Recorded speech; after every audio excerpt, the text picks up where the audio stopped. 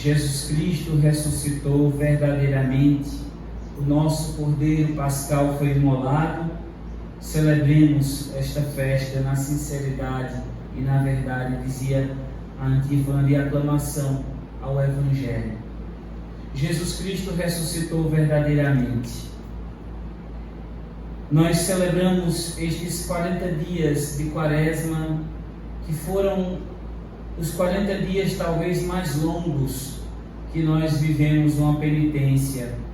Parecia que não eram 40 dias, mas um ano de Quaresma, onde nós estamos, além da Quaresma, também em uma quarentena por causa da nossa saúde, por causa da saúde daqueles que nós amamos.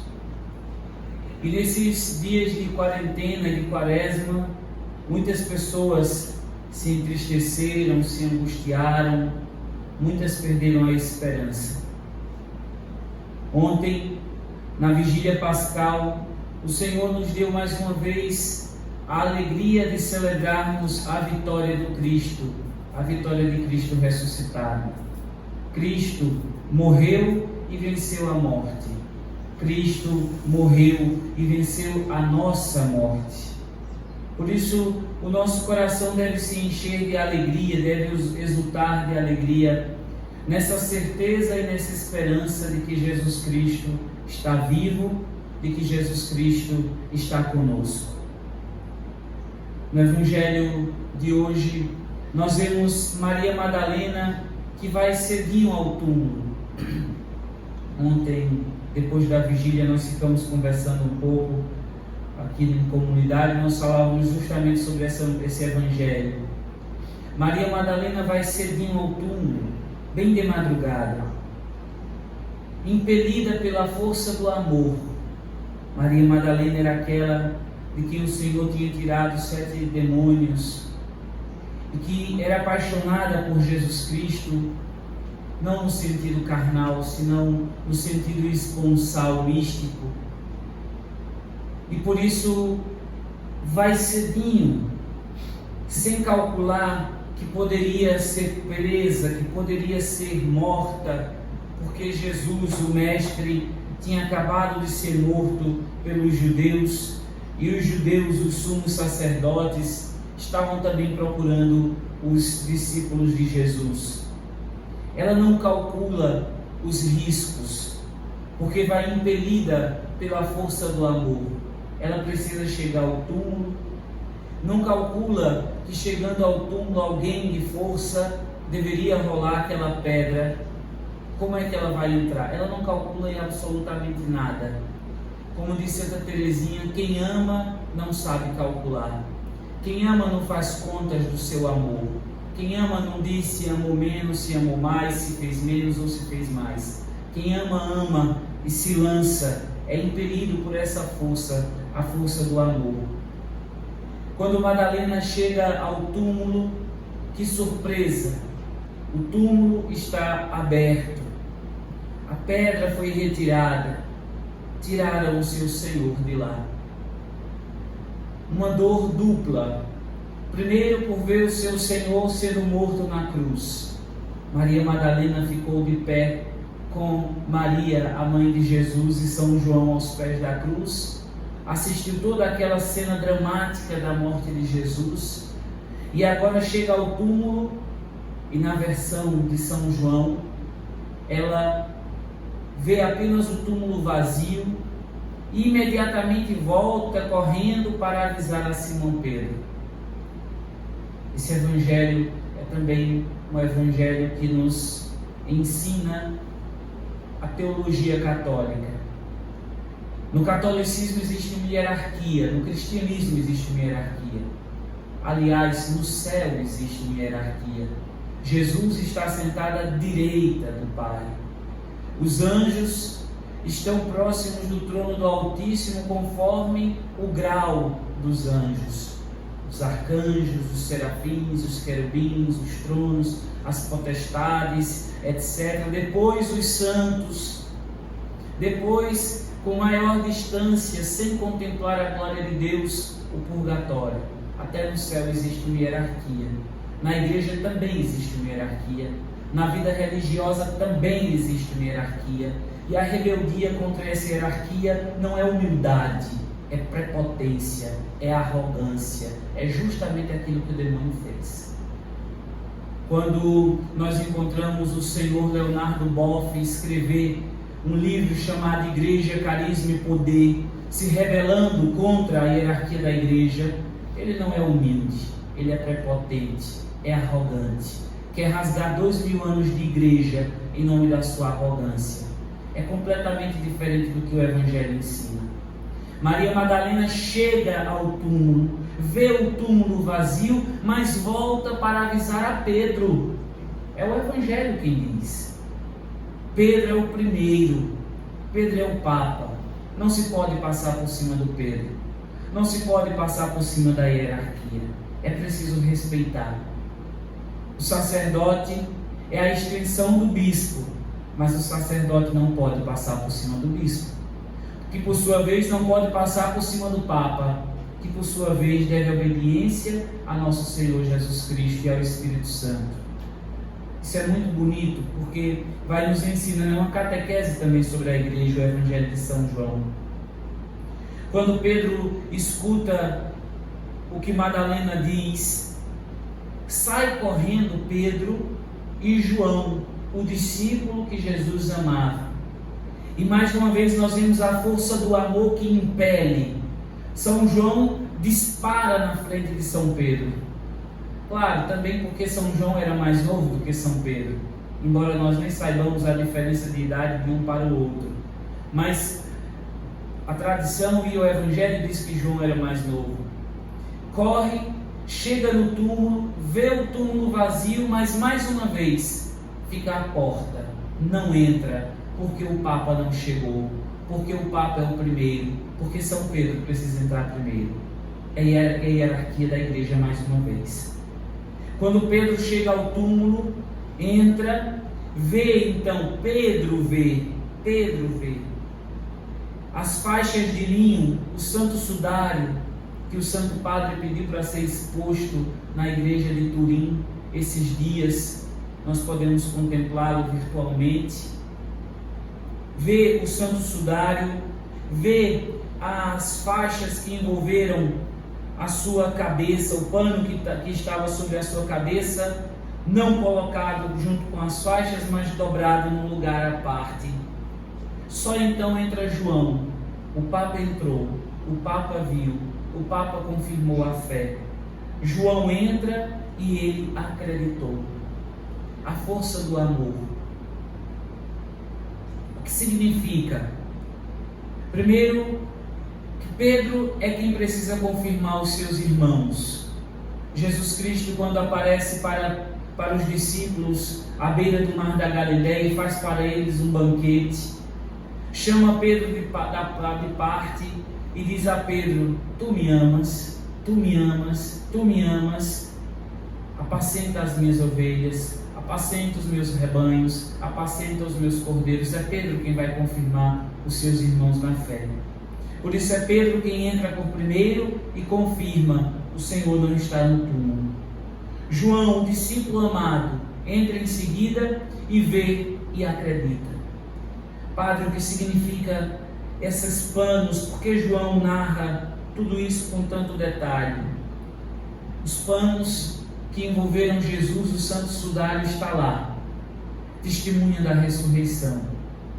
Os estudiosos dizem que o santo sudário não foi encontrado como se alguém tivesse desenrolado o de Jesus, mas do mesmo jeito que foi colocado sobre a pedra, lá estava ele, mas sem o corpo. O corpo saiu do lençol, numa explosão de luz que é a ressurreição, deixando impresso no santo sudário as marcas daquele que ali esteve. Não são as marcas de um homem morto, mas de um homem em movimento, que está se levantando, que está vivo. É assim que os últimos estudos sobre o sudário nos dizem. Depois, o pano que tinha envolvido a sua cabeça estava dobrado da parte do lado. O que significava isso? Os donos, ou melhor, os senhores que participavam de algum banquete, quando se retiravam da mesa, mas ainda iam voltar, dobravam o lençol, o guardanapo, e colocavam na frente do lugar onde ele estava sentado. De modo que quando o servo passasse, ele viria que o Senhor ainda vai voltar. Não foi embora, não foi levado. O banquete não acabou, ele vai voltar. Quando Pedro vê esse lençol dobrado à parte, então ele crê. O Senhor ressuscitou, ele não foi nos tirado, ele vai voltar. O Senhor Jesus, de fato, não abandona a igreja, mesmo quando a igreja não compreendia o que significasse a ressurreição, como diz João no versículo 9. Eles ainda não tinham compreendido a Escritura. Mesmo sem compreender muito bem os planos de Deus, a igreja segue crente no Senhor, crendo na sua vitória, crendo na sua ressurreição, embora nem sempre compreendendo o que se dá. Mas Jesus Cristo continua com a sua igreja, Jesus Cristo continua conosco, Jesus Cristo não nos abandona. Também nesses tempos difíceis que nós vivemos, tempos de confusão, tempos de desesperança para muitas pessoas, mais uma vez a ressurreição do Senhor nos ajuda, nos impele, nos faz recuperar a esperança. Agora mesmo eu estava assistindo uma transmissão direto da Itália e a apresentadora, emocionada, dizia, desejando uma feliz Páscoa para todos os telespectadores, ela dizia, sem sombra de dúvidas, esta Páscoa ficará marcada nos nossos corações, no coração de todos os italianos, porque essa Páscoa é diferente de todas as outras. E ela dizia que Jesus ressuscitado, achei bonito a apresentadora dizer isso na televisão, que Jesus ressuscitado nos enche de alegria e de esperança. Nós vamos passar por isso. Mais do que nunca, essa mensagem de esperança, de fé, precisa ser repetida. Os números drásticos de mortes, de sofrimentos, são reais, a gente sabe. Mas nós precisamos agora não mais ouvir que foram mortos X pessoas, mas precisamos ouvir que isso vai passar, de que nós precisamos nos unir como irmãos, como cristãos, como cidadãos, como brasileiros, para enfrentar essa pandemia e as consequências dessa pandemia. Pelo que os especialistas dizem, ainda vai demorar um pouquinho para passar. Não interessa quanto tempo vai passar, se nós enfrentarmos ela juntos, se nós enfrentarmos nos reconhecendo como irmãos. Infelizmente aqui no Brasil, e em muitos lugares também, essa pandemia tem sido utilizada como política para dividir ainda mais os nossos irmãos, e nós precisamos dizer não a isso. A parte os nossos ideais políticos, quem de direita, quem de esquerda, nós somos todos brasileiros e todos estamos sofrendo, independentemente de ser de direita ou ser de esquerda, as consequências desastrosas dessa pandemia. E se nós nos dividirmos, e se nós nos odiarmos, e se nós nos combatermos mutuamente, certamente a consequência dessa pandemia será ainda pior. É preciso que nós deixemos de lado as ideologias políticas e olhemos para frente como um só povo que somos, que abandonemos as armas da divisão, da discórdia, dos combates recíprocos que nós vemos quando se trata de política no nosso Brasil já há tantos anos, e que nós comecemos a enfrentar essa situação como irmãos, pensando naqueles pobres que estão pelas ruas, esperando que os cristãos que experimentaram o Cristo ressuscitado sejam também capazes de partilhar do pão que lhes sobra na mesa.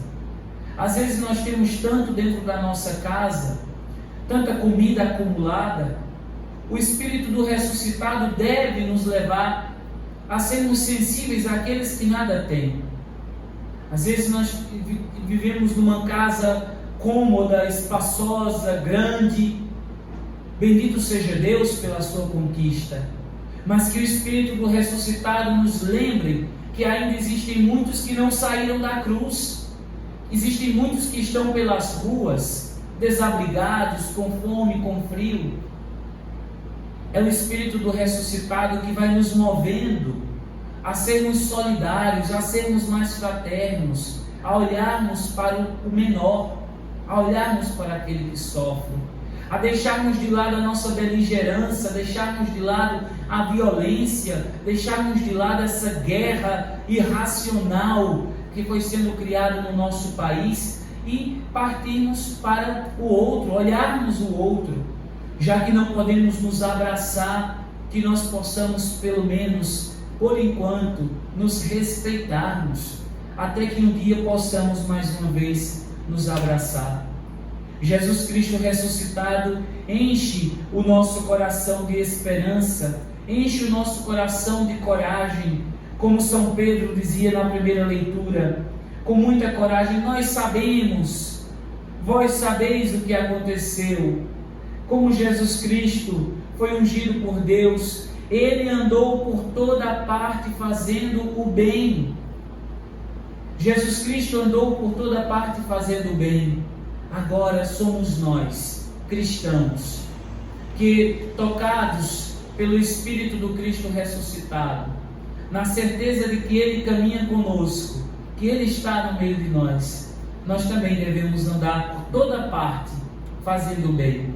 E se não podemos andar porque estamos impedidos por causa da nossa quarentena, que nós não meçamos esforços de fazer o bem e de espalhar o bem e de espalhar o amor, porque é apenas nisto que saberão que nós somos os discípulos de Cristo, se nós nos amarmos uns aos outros.